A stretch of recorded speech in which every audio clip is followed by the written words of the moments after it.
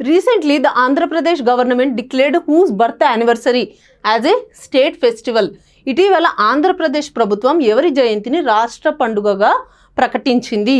మనకి ఇక్కడ ఆప్షన్స్ ఏమున్నాయి? భక్త రామదాసు, భక్త కనకదాసు, అన్నమాచార్య అండ్ త్యాగరాజ స్వామి. మనకి ఇక్కడ కరెక్ట్ ఆప్షన్ వచ్చేసి భక్త కనకదాసు. సో భక్త కనకదాసు గారి బర్త్ యానివర్సరీ అంటే నవంబర్ 8ని ఈ ఆంధ్రప్రదేశ్ గవర్నమెంట్ స్టేట్ ఫెస్టివల్ లాగా డిక్లేర్ చేసిందనమాట.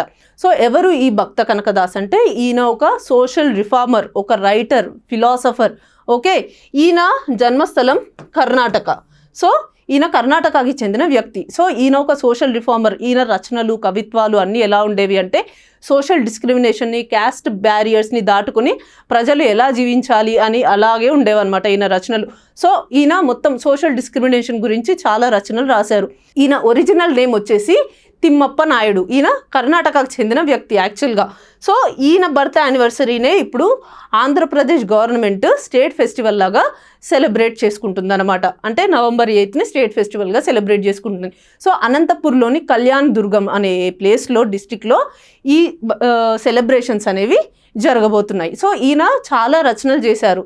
ఆ రచనల్లో కొన్ని మనకి ఇంపార్టెంట్ ఏంటి అంటే నృసింహ చరిత్ర, నల చరిత్ర, ఇలాంటి కొన్ని ఇంపార్టెంట్వి, హరిదాస కవిత్వం, ఇలాంటివన్నీ ఈయన రచనల్లో కొన్ని ఇంపార్టెంట్ ఉన్నాయన్నమాట. ఈయన కర్ణాటకలో చాలా ఫేమస్ పర్సన్. మన శ్రీకృష్ణుడి, ఉడిపిలో ఉన్న శ్రీకృష్ణుడి దేవాలయానికి వెళ్తే అక్కడ మనం ఈయన గురించి చూడొచ్చు, భక్త కనకదాస్ గురించి. సో ఈయన హరికి అంటే విష్ణువికి చాలా పెద్ద భక్తుడు.